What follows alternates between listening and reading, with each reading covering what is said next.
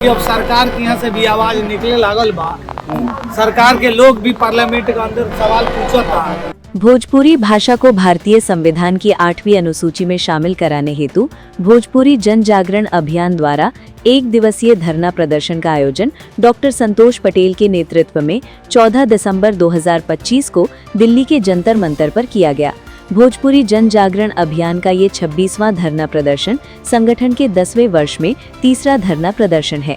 विदित हो कि भोजपुरी भाषा 16 देशों में लगभग 25 करोड़ लोगों द्वारा बोली जाने वाली भाषा है। इस भाषा को मॉरिशस और नेपाल में संवैधानिक मान्यता प्राप्त है। आज के हुए इस धरना की अध्यक्षता सुप्रसिद्ध समाज सेवी संपादक श्री जनार्दन सिंह ने किया। उन्होंने कहा कि भोजपुरी भाषा को अब तक मान्यता मिल जानी चाहिए, परंतु लगातार राजनीति की शिकार होती आ रही है। ये भाषा बहुत ही पुरानी भाषा है। कुछ लोग इसको हिंदी की बोली बताकर संविधान में नहीं आने देना चाहते हैं। वहीं राष्ट्रीय अध्यक्ष डॉक्टर संतोष पटेल ने भाषाई विस्तार पर चर्चा करते हुए कहा कि 11वीं सदी के आसपास दक्षिण फ्रांस की सामान्य भाषा यानी लिंग्वा फ्रैंका ऑक्सीटन हुआ करती थी। इस भाषा की खूबसूरत गीत है। कर्णप्रिय और मधुर गीत की उपलब्धता इस भाषा की देन है, जिसे वहाँ की भाटगण भी लोकगीत के रूप में सुनाते थे।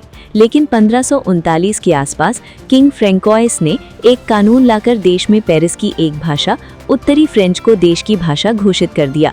नतीजा ये हुआ कि ऑक्सीटन भाषा घर की भाषा, खेत की भाषा, लोकगीत की भाषा तक सिमटकर रह गई।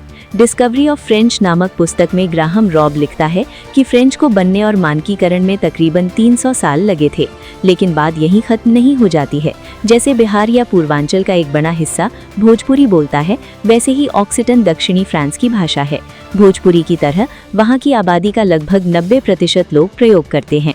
वहाँ की भाषाविद बताते हैं कि 20वीं सदी के आते आते ऑक्सीटन सहित अनेक भाषाओं को दमन करने का काम फ्रांस की केंद्रीय सरकार ने शुरू किया और लगभग 100 वर्षों तक ये दमन चक्र चलता रहा। वैसे ही जैसे देश की आज़ादी के बाद हिंदी अपने जद में अनेकानेक भारतीय भाषाओं को शामिल करके उसके अधिकारों से वंचित किया जा रहा है।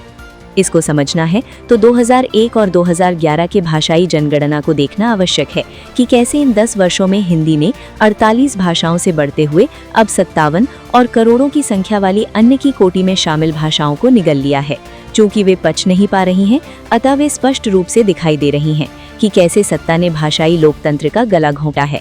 आज भोजपुरी की पढ़ाई जैसे बाधित की जा रही है, उसी तरह ऑक्सीटन को पाठ्यक्रम से बाहर किया गया और ऐसी स्थिति हिंदी में भी है कि भोजपुरी को बोली बताकर हिंदी भाषा वर्ग में रखा तो गया है, पर हिंदी साहित्य के मूल पाठ्यक्रम में भोजपुरी का साहित्य ढूंढते ही रह जाएंगे।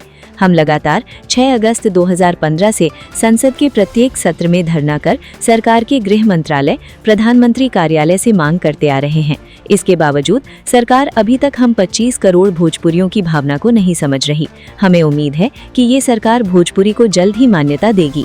कि भोजपुरी जन जागरण अभियान एगो प्रेशर ग्रुप ये बात के जान ली कि जब सरकार अप्रोप्रिएट करला तो 20-20 लाख के 50 लाख के 2 करोड़ के प्रोग्राम कराए। अभी तक लेकिन धरना प्रदर्शन कर चुके हैं।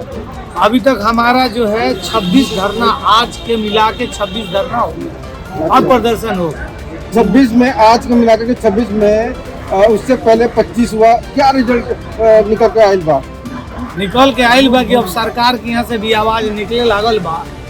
सरकार के लोग भी पार्लियामेंट के अंदर सवाल पूछता। अभी आरसीपी सिंह का नाम RPN सिंह ने क्वेश्चन किया, समाजवादी पार्टी ने लोकसभा में क्वेश्चन किया। अभी बिहार में बहुत बड़ा प्रोग्राम भइल, पूरा बीजेपी के टीमें वजन पहुँच रहे। 2 दिन से देवरिया में विश्व भोजपुरी सम्मेलन के प्रोग्राम होता, पूरा बीजेपी के सत्ता के लोग वहाँ पहुँचल बा। तो सवाल ये बा कि कहीं ना कहीं से प्रेशर ग्रुप तो काम करता ना, तो प्रेशर ग्रुप के महत्व ही बा। ड्यू के पाठ्यक्रम में पढ़ावल जात बा भोजपुरी, देखिए अनुसूची में नहीं लागल बा। रउआ जानकारी खतरा बता देता नहीं। रउआ अच्छा सवाल करिए, धन्यवाद। भारत के ना दुनिया के सबसे बड़ा विश्वविद्यालय इग्नू है, ओकरा अंदर भोजपुरी भाषा केंद्र है। दुनिया के जानन वाला विश्वविद्यालय बनारस हिंदू विश्वविद्यालय, ओकरा अंदर भोजपुरी भाषा केंद्र बा। नालंदा ओपन यूनिवर्सिटी के अंदर भोजपुरी भाषा केंद्र बा। ओकरा अलावा BR अम्बेडकर बिहार विश्वविद्यालय के अंदर भोजपुरी भाषा केंद्र बा। जयप्रकाश नारायण छपरा विश्वविद्यालय में भोजपुरी भाषा केंद्र बा और वीर कुंवर सिंह विश्वविद्यालय आरा में भी भोजपुरी भाषा केंद्र बा। एकरा इतर रोवा देखें तो त्रिभुवन विश्वविद्यालय काठमांडू में और MGI जो महात्मा गांधी इंस्टीट्यूट मोका मॉरिशस में भी भोजपुरी के पढ़ाई होला, रिसर्च होकेला।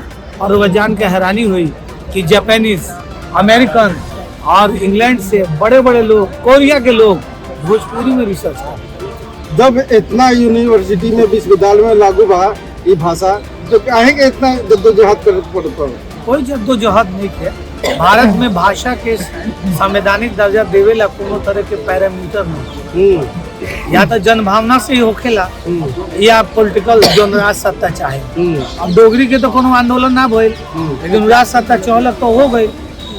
और वे संथाली के लोग रोड पे आके रोक देलक, कोंकणी वाला लोग रोक देलक